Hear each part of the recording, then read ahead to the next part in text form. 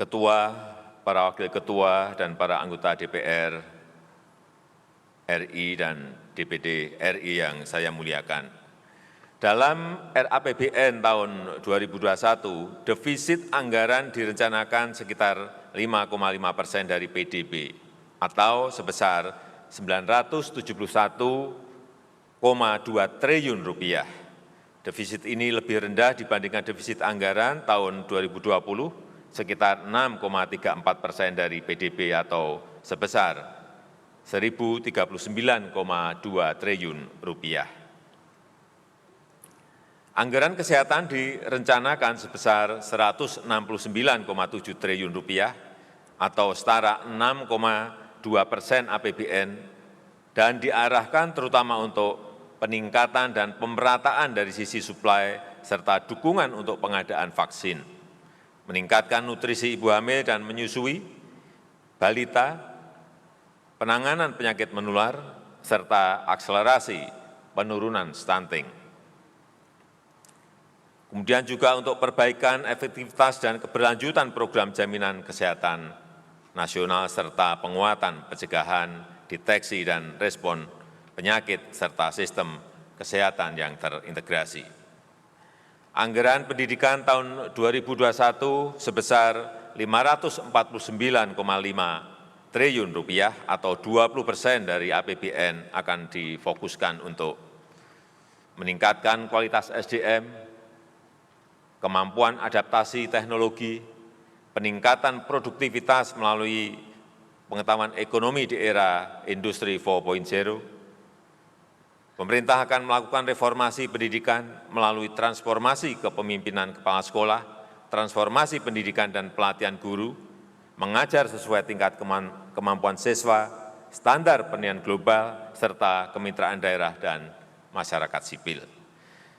Selain itu, dilakukan kebijakan lainnya di bidang pendidikan melalui penguatan program vokasi dan kartu prakerja, penguatan penyelenggaraan PAUD, peningkatan efektivitas penyaluran bantuan pendidikan lewat BOS, PIP, dan LPDP, percepatan peningkatan kualitas sarpras pendidikan, terutama untuk daerah 3T, tertinggal, terdepan, dan terluar, serta penajaman KIP kuliah dan pendanaan pendidikan tinggi. Pembangunan teknologi komunikasi dan informasi ICT di tahun 2021 dengan anggaran Rp30,5 triliun, termasuk melalui TKDD, difokuskan untuk mengakselerasi transformasi digital untuk penyelenggaraan pemerintahan, mewujudkan pelayanan publik yang efisien dan cepat seperti bidang pendidikan, kesehatan, dan pemerintahan, mengkonsolidasi dan mengoptimasi infrastruktur dan layanan bersama, serta mewujudkan inklusi masyarakat di wilayah prioritas pembangunan dan mendorong kesetaraan dengan tambahan akses internet pada sekitar 4.000 desa dan kelurahan di daerah 3T. Pembangunan infrastruktur di tahun 2021 dianggarkan sekitar Rp414 triliun yang utamanya untuk pemulihan ekonomi, penyediaan layanan dasar, serta peningkatan konektivitas. Pandemi COVID-19 menunjukkan bahwa ketersediaan dan berfungsinya infrastruktur digital menjadi sangat penting dan strategis. Dengan demikian, belanja infrastruktur diarahkan untuk penguatan infrastruktur digital dan mendorong efisiensi logistik dan konektivitas. Infrastruktur padat karya yang mendukung kawasan industri dan pariwisata, serta pembangunan sarana kesehatan masyarakat dan penyediaan kebutuhan dasar seperti air, sanitasi, dan pemukiman. Untuk ketahanan pangan di tahun 2021 dianggarkan sekitar Rp104,2 triliun yang diarahkan untuk mendorong produksi komoditas pangan dengan membangun sarana, prasarana, dan penggunaan teknologi, revitalisasi sistem pangan nasional dengan memperkuat korporasi petani dan nelayan, dan distribusi pangan, serta pengembangan kawasan pangan berskala luas atau food estate untuk meningkatkan produktivitas pangan. Selain itu, pemerintah berkomitmen untuk meningkatkan kesejahteraan petani dan nelayan dengan mentargetkan nilai tukar petani atau NTP dan nilai tukar nelayan atau NTN sebesar 102 sampai dengan 104 di tahun 2021. Dukungan perlindungan sosial di tahun 2021 dianggarkan sebesar Rp419,3 triliun yang diarahkan untuk percepatan pemulihan sosial dan mendukung reformasi sistem perlindungan sosial secara bertahap. Langkah perlindungan sosial dilakukan melalui bantuan pada masyarakat melalui program Keluarga Harapan, Kartu Sembako, Bansos Tunai, dan Kartu Prakerja, mendorong program reformasi perlindungan sosial yang komprehensif berbasis siklus hidup dan antisipasi aging population. Penyempurnaan data terpadu DTKS dan perbaikan mekanisme penyaluran program perlindungan sosial serta penguatan monitoring dan evaluasi.